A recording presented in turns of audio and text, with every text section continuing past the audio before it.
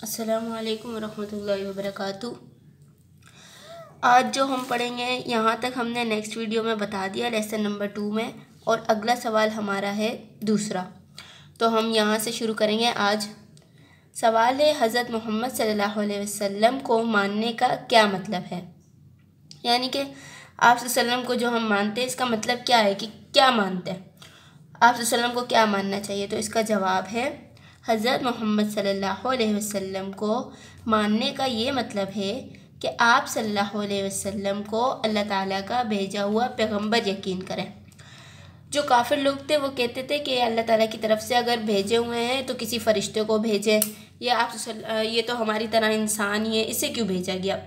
تو اس کے جواب میں اللہ تعالیٰ نے فرمایا کہ انسان ہو، اگر انسانوں کو نہیں بھیجا جائے گا تو پھر کس کو، اگر فرشتوں کو بھیج لیں تو تمہارا یہ اعتراض ہوگا کہ ہم اس سے کس طریقے سے سیکھیں، یا ایسے سوالات ہوں گے۔ جو انسان کرتا ہے، انسان کو بھیج کر وہ سارے عمل بتائے جائیں گے تاکہ دوسرے انسان بھی کریں۔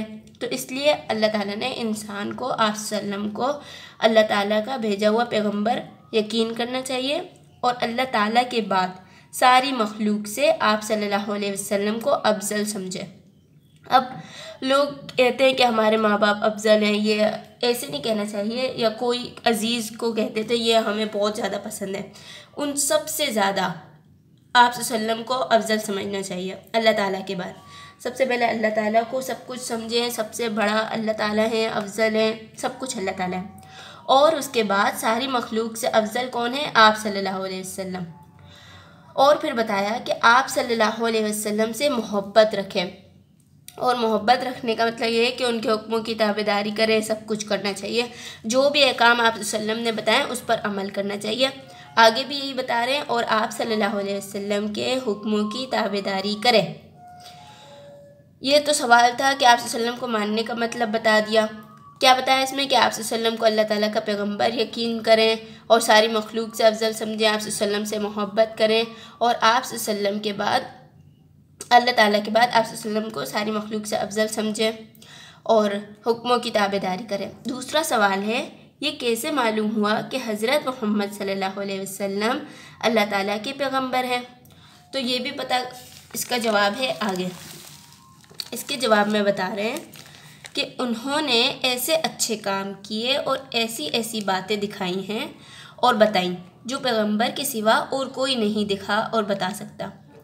یہ بات بھی بتا دی کہ ہم، جو سوال تھا ہمارا کہ اللہ تعالیٰ کا پیغمبر کیسے یقین کریں، تو بتا دیا کہ آپ صلی اللہ علیہ وسلم نے ایسی ایسی باتیں دکھائی ہیں اور بتائی ہیں جو پیغمبر کے علاوہ کوئی بھی نہیں کر سکتا۔ آپ صلی اللہ علیہ وسلم کے بہت سارے معجزات ہیں، شق القمر ہے، آگے آئے گا، بہت سارے معجزات ہیں، اس پہ بھی ایک ویڈیو بنائیں گے انشاءاللہ۔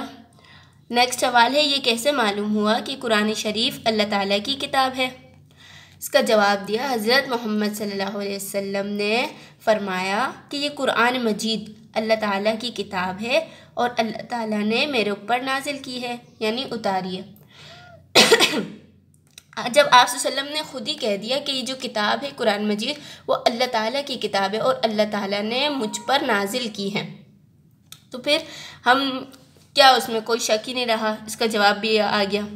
اب دوسرا سوال ہے، قرآن مجید حضرت محمد صلی اللہ علیہ وسلم پر پورا ایک مرتبہ اترا یا تھوڑا تھوڑا؟ اس کا جواب ہے تھوڑا تھوڑا نازل ہوا، کبھی ایک آیت، کبھی 2-4 آیتیں، کبھی ایک سورت، جیسی ضرورت ہوتی اترتا جاتا۔ اب بتا دیا کہ یہ بھی ایک سوال آتا ہے کہ کوئی بولتا ہے کہ تھوڑا تھوڑا اترا یا پورا اترا۔ اس کا جو مفصل جواب ہے وہ بالکل آگے آئے گا، بس ضرورت کے لحاظ سے جو کافر کچھ کرتے تھے تو آپ اللہ تعالیٰ قرآن پاک میں وہ باتیں بتا دیا کرتے تھے، نازل کر دیتے تھے۔ تھوڑا تھوڑا نازل ہوا، اس کا جواب ہے تھوڑا تھوڑا نازل ہوا، کبھی ایک آیت، کبھی 2-4 آیتیں، کبھی ایک سورت، جیسی ضرورت ہوتی گئی اترتا گیا۔ نیکسٹ سوال ہے، کتنے دنوں میں پورا قرآن پاک نازل ہوا؟ پورا قرآن پاک جو نازل ہوا دنیا میں، آسمان دنیا سے دنیا میں 23 سال میں اترا ہے۔ اور پھر بتا رہے ہیں دوسرا سوال ہے، قرآن مجید کس طرح نازل ہوتا تھا؟ اب یہ سوال تو بہت زیادہ امپورٹنٹ ہے کہ کس طریقے سے نازل ہوا کرتا تھا، کون لے کر آتا تھا اللہ تعالیٰ سے آپ صلی اللہ علیہ وسلم کی طرف۔ تو اس کا جواب ہے